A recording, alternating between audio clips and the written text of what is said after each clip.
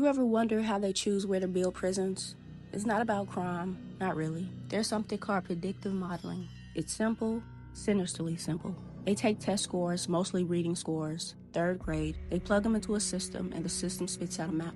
If enough kids in a certain zip code can't read at grade level by age 8, that neighborhood gets flagged. Not for support, not for funding, for future incarceration. They don't send tutors, they send architects. Blueprints start rolling, land gets bought up cheap, the prison contracts start before the kids even hit puberty. And it's quiet, because folks think prison gets built where the crime is. But in truth, they get built where the system expects people to fail. Companies invest in it, politicians profit off it. It's a business, and the business need customers. Companies look at those scores and say, in 10 years, we'll need 200 beds from this neighborhood. They're not watching to see who gets better, they're watching to see who doesn't. They don't care why the kid can't read, they just care that the numbers stay low enough to guarantee beds stay full. You ever notice how they shut down schools but open new prisons? That ain't coincidence, that's strategy. It's like a harvest. They're planning failure and reaping black bodies. And when that prison opens up down the road, it was already written in crayon, on a test paper a child never understood. Because in this system, failure isn't a flaw, it's part of the design. And the walls are already being built before the child can even spell freedom.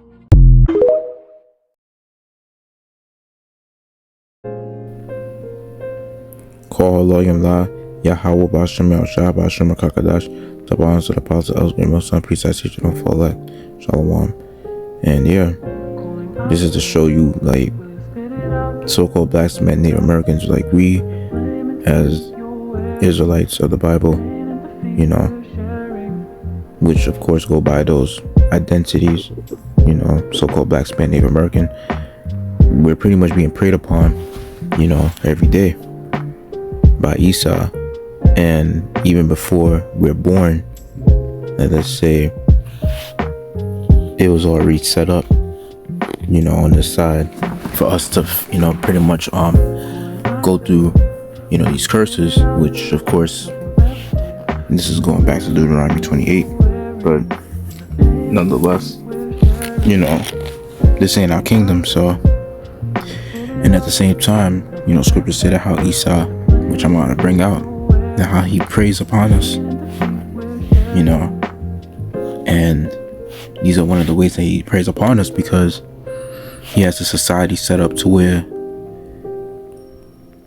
it's just meant for us to fail, you know. He has it to where he puts Jake in the bad communities.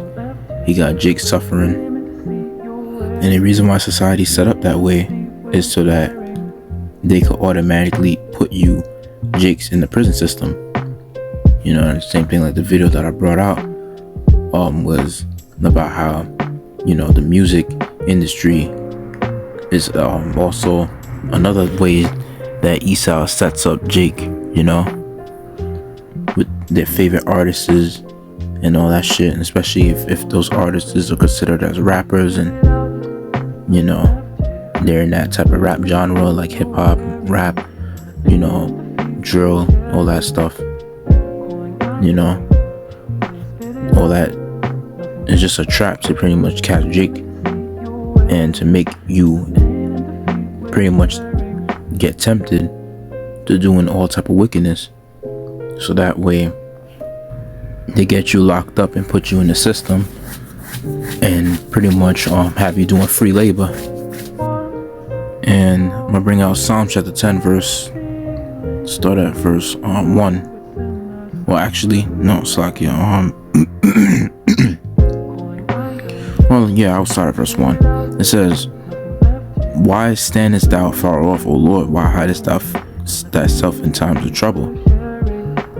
The wicked in his pride doth persecute the poor. Let them be taken in the devices that they have imagined. For the wicked boasteth of his heart's desire, and blesseth the covetous whom the Lord abhorreth. The wicked, through the pride of his countenance, will not seek after Yahweh. Yahweh is not in all his thoughts.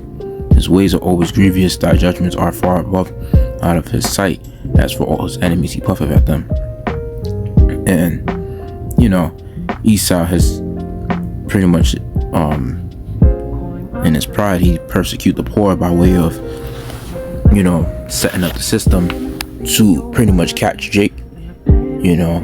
Let's say you have it to where you discipline your kids, you beat them also with a belt, and let's just say, like, of course you're gonna hit your kids. You may give them like a bruise on their thigh or their butt or their arms or so, something that's reasonable, not really like they could feel like a red mark and it's low-key a little visible maybe, but it's something that's gonna heal eventually. But you're beating out their bad habits and making sure you enforce discipline in them. Now he has it to where he gonna have it to where, like, he gonna eventually get ACS to come to your house, put you through the bullshit, the nonsense of going through the process of getting your kid removed from your home, that whole shit that Esau will do, showing you that you have no control over your kids, because in this system they control your children. And ultimately with that whole school system, they control your kids and they want your kids to go to school instead of being homeschooled and all that nonsense. That's why they make it so hard to where both parents pretty much gotta work. Now you have it to where the state is raising your kids. You see? That's how he, persecutes the poor. He's gonna go on to saying how, he plots on us.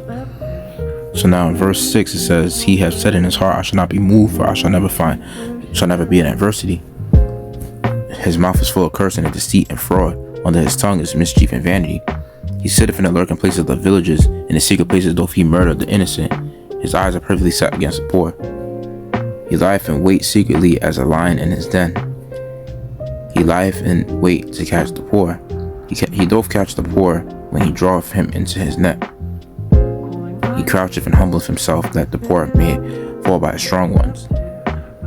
He hath said in his heart, Yahweh have forgotten. He hideth his face, he will never see it. And the perfect example of how, Esau pretty much lying in his wait as a lion in his den, how he catch the poor is, of course, he have it to where he sets traps, in your communities, through your entertainment. He sets traps like that. And the same people that you look up to, the same leaders amongst your people, the scriptures say that the leaders of our people cause thee to err and destroy the way of thy path.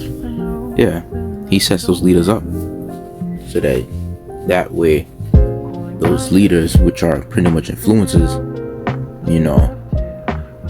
they are causing our people to go astray, which is like they got it to where our people are into the Christian church, and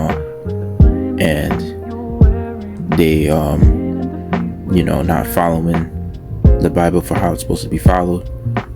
And then it's like you got it to where you got people in the of our nation, of these so-called black Spanish Native Americans following after Islam, right, and all of the different philosophies. And then you got it to where they're just doing everything completely contrary to how the Most High, commanded his people to be, So, and another thing is, you have it to where, Esau, he will humble himself and crouch down.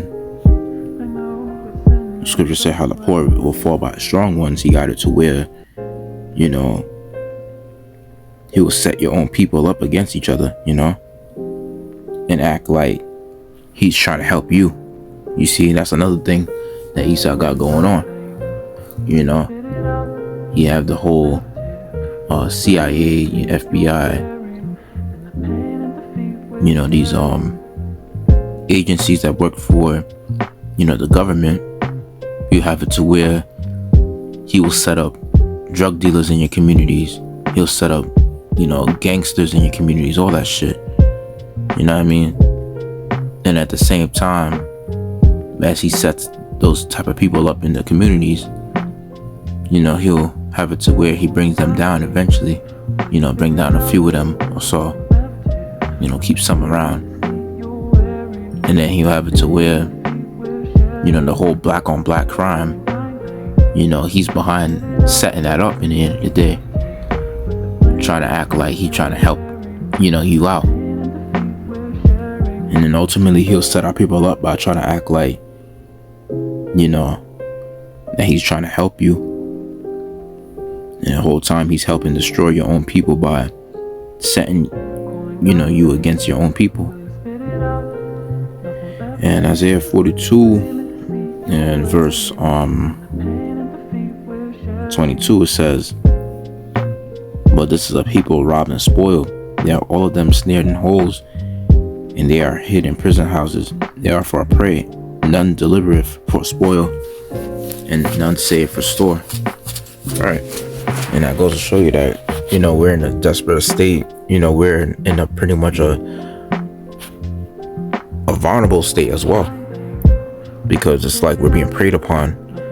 Every day you got it to where Esau and even these other nations as well try to find ways to just continuously keep us on the bottom. Trying to find ways to keep us from thriving in a sense. So they want to keep us in that state, because if we are restored to our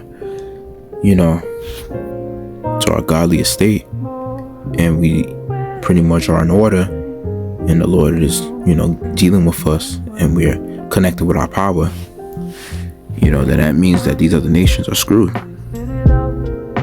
especially Esau. It's really insane to see that how just by third grade reading levels, they determined a certain amount of prisons to open up, and the schools to close down. You pretty much been hearing that, like I've been hearing that when I was younger too. Like, I've always heard that they closing down more schools and building up more prisons. You see, in this country, in America, they lead, out of all other countries, they lead the incarceration. And even with a lot of these famous like name brands so that you see, a lot of them make their money through slave labor. A lot of them make their money from slave labor, and that's how there's so much of mass production amongst their products, because ultimately they're making all those products through the use of slave labor, whether it be through prisons in this country, or they're outsourcing their labor through sweatshops, or these factories in these other countries.